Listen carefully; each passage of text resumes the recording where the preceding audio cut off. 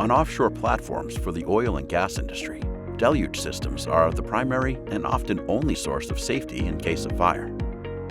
Regulatory authorities require yearly, strictly validated deluge systems. Testing these systems is therefore critical for humans, equipment, and the environment.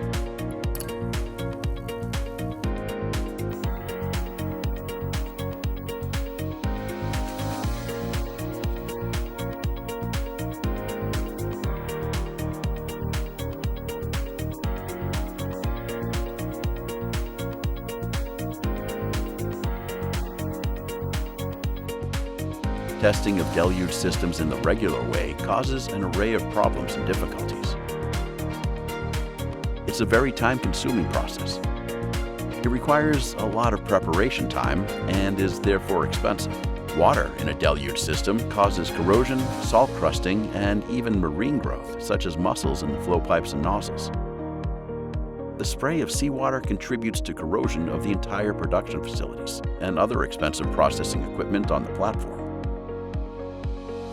Conventional testing results in considerable amounts of wastewater, which may need to be collected.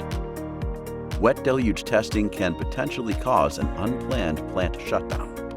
The patented dry deluge test uses pressurized vapor instead of firewater. Flow problems and blockages in pipes and nozzles can be identified and determined in an easy and cost-reducing way. Our dry deluge test has additional benefits. Typically, there are no disruptions to ongoing plant operations. Siren will bring a fully equipped container onto the platform. This contains all the equipment required for a dry deluge test. It also includes tools and equipment for immediate repair of the deluge system. The dry deluge test was invented by Anton Boutenhaus and his team from Siren. The dry deluge test is considered a breakthrough in deluge testing for offshore platforms, energy, and chemical plants. A better, safer, less expensive, time-saving, and more reliable testing process.